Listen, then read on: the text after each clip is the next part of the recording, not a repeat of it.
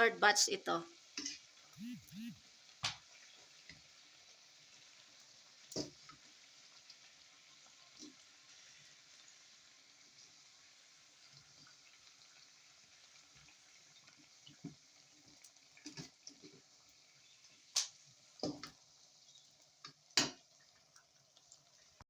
Ito na yung finished product ng puri.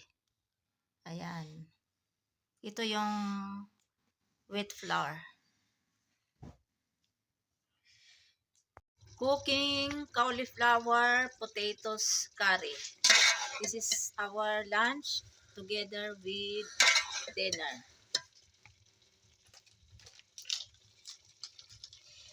Ito luto na ang ulam namin for lunch together with dinner. Meron kaming isang carpenter yung naglalagay ng ceiling sa corner. Kaya ito yung ulam namin. Ayan oh. Hindi pa ako tapos maglaba. Kasi sabi nila kay ano na daw, gutom na daw. So gumawa ako ng chapati. So mamaya ituloy ko ulit yung aking paglalaba kasi naggagawa ako ng chapati. Today's recipe or menu, cabbage with potatoes and coriander leaves curry. Our bayan for lunch and dinner is ready. Let's fry now daikon or radish tubers.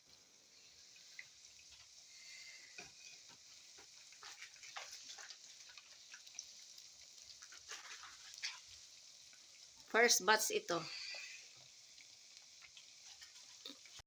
Ito na lahat yung daikon or radish tubers chips. Ayan, with ketchup. Tikman ko nga kung masarap, kung anong lasa. Bismillahirrahmanirrahim.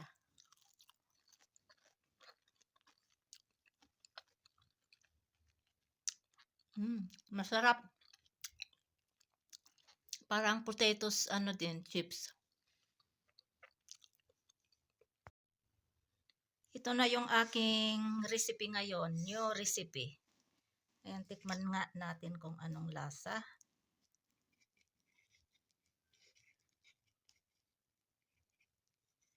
Tikman natin konti. Bismillahirrahmanirrahim.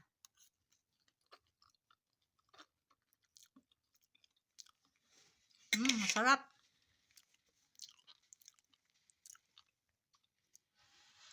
Masarap. Masarap pala. Luto na ang aming foods for lunch together with dinner. Ito yung red kidney beans, toppings with coriander leaves. Then white rice na basmati. And then kahapon ito may extra pa potatoes, cauliflower at saka carrots. So ayan, ready na ang aming ulam. Today is March 6 and today is Wednesday and the time now here in Pakistan is 2 p.m. Ayan. Mixed vegetables curry. Potatoes, radish, carrots with green vegetables, coriander leaves, rosemary, and fenugreek leaves.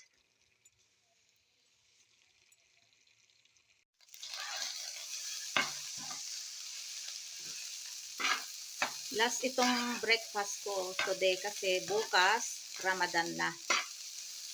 So start ng fasting bukas, 1 month na fasting, kaya Ramadan Kareem and Ramadan Mubarak to all Muslims around the world. I hope sa lahat ng mga nagpa-fasting, smooth lang ang pag-fasting. Pero ako, alhamdulillah, sanay na akong mag-fasting kasi ilang years na akong balik Islam, 27 years. So, walang problema sa aking pag-fasting. So, ayan, luto na ito. At lagyan natin ng toppings na coriander leaves. Organic ito na coriander leaves o kaya parsley. So, ayan, turn off na natin ang flame. Gagawa na din ako ng black coffee para mag-almusal na. Ayan. Our viand for today, this is kima alo or minced beef meat with potatoes curry toppings with coriander leaves or parsley. And this is our viand for lunch together with dinner, and today is March 11 and today is Monday, and the time now here in Pakistan is 12:30 noon, and tomorrow inshallah is first Ramadan here in Pakistan. Happy Ramadan or Ramadan Mubarak to all Muslims around the world. Luto na ang aming ulam for first Ramadan fasting. Ito ang ulamin namin after ng aftari. Potatoes with ladyfinger curry. Ayan. And then, ulam din namin ito bukas pang siri, sohor. With chapati, pero sa akin with rice. Hindi na ako magluluto ng rice kasi may rice pa ako kahapon. Ayan, luto na ang chicken plow. Where is that kit of G1 garlics? Yun yung isa. 4 yung nilagay ko.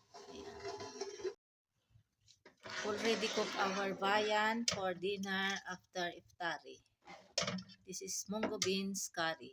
And the 4th day of Ramadan fasting. Alhamdulillah.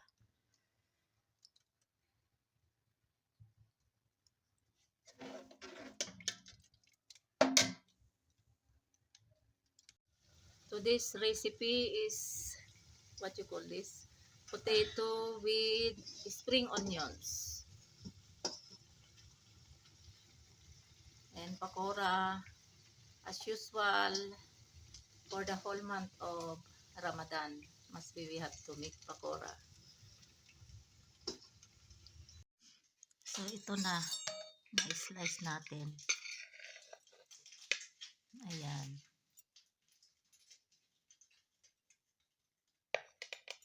Tikman natin kung anong lasa.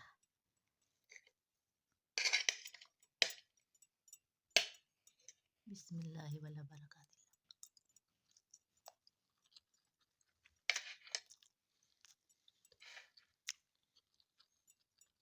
Masarap.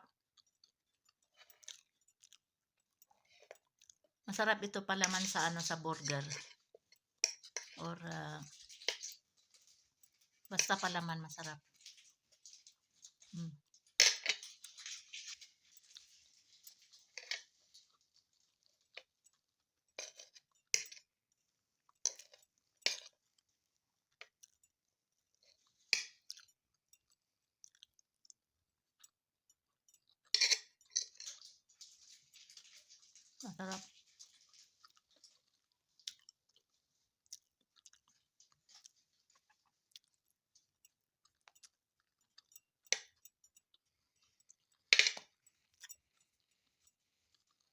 The best.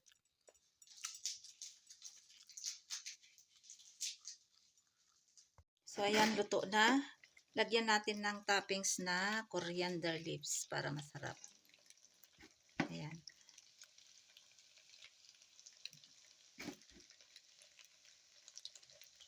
Turn off na natin yung flame.